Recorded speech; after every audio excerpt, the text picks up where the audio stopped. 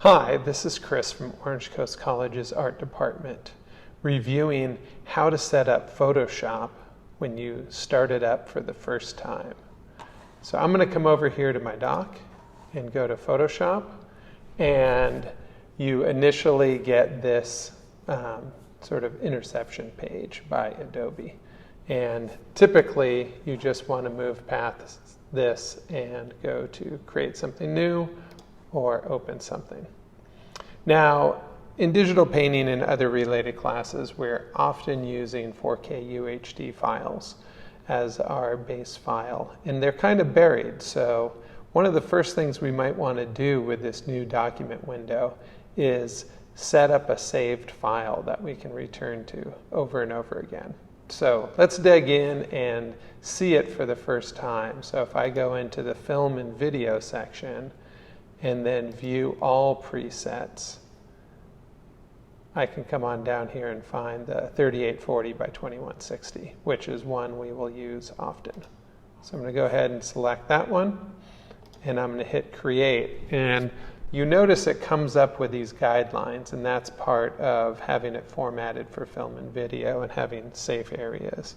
And we don't need that. So what I really want to do is just get the dimensions. So a quick way to get the dimensions is to select all and then copy. And now I can close this guy. And next time I go to create new, it's going to offer to get the size from the clipboard. So here I can hit this size, right? And it'll inherit that 3840 by 2160.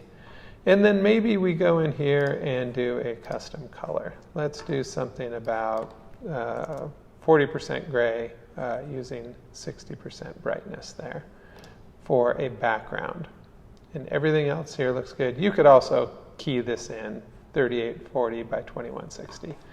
And then I'm going to hit create.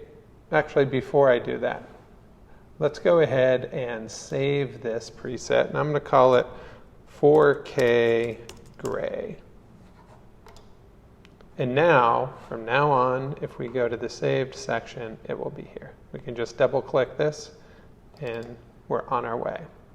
All right, so here is that file open in Photoshop, but Photoshop isn't necessarily set up the way that I want it set up for digital painting. So I'm going to show you how to do that.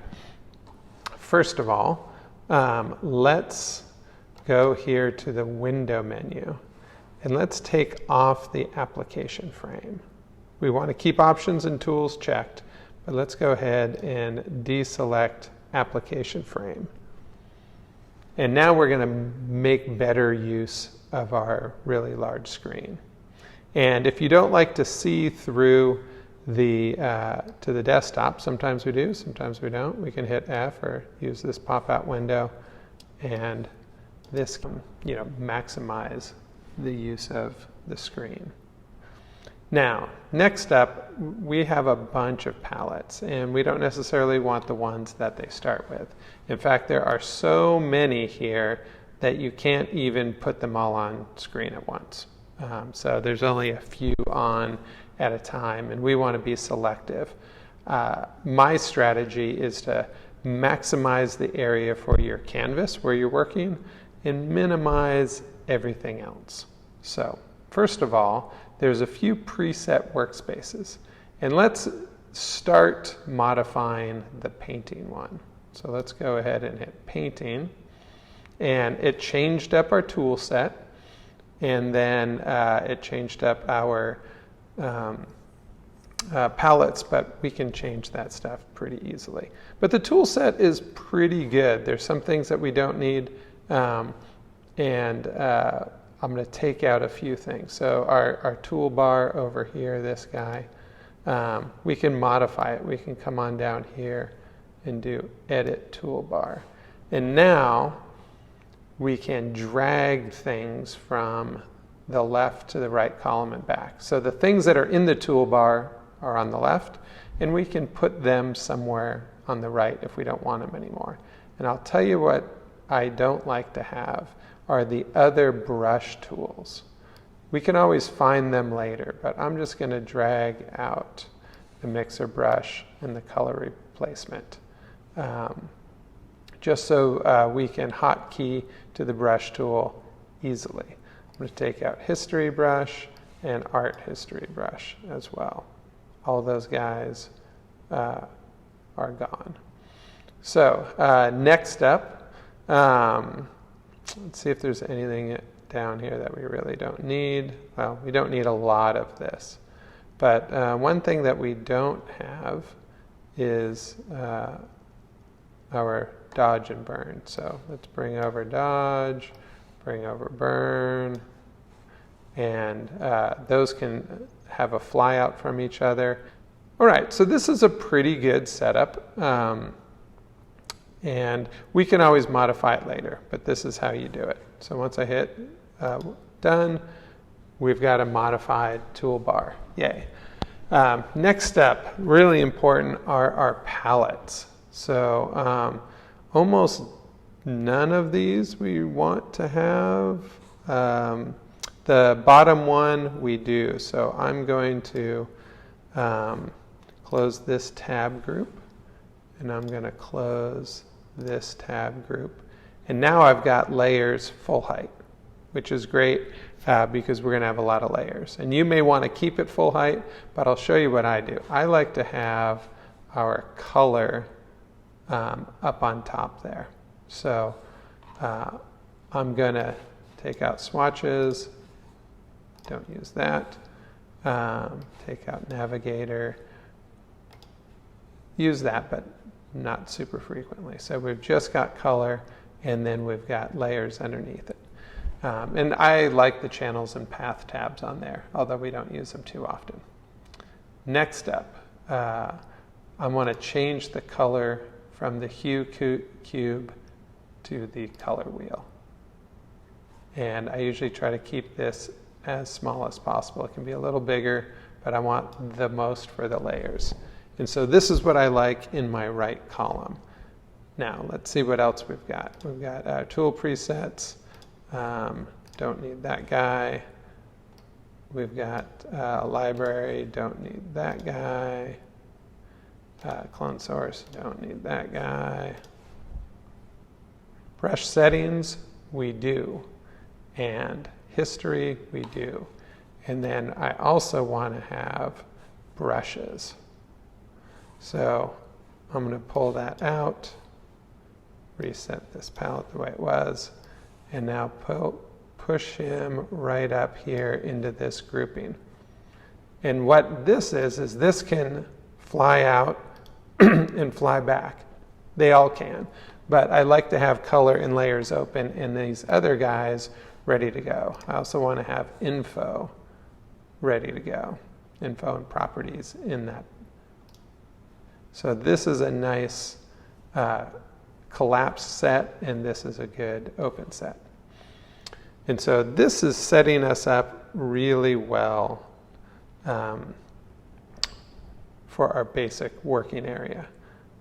And then one last thing I want to do is get rid of some brushes and add some brushes. So this can stretch and be nice and big, however we want it.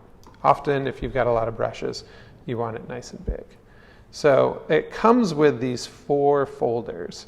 In general, it's pretty good. These are all just variations on 2 types, soft and hard round brushes.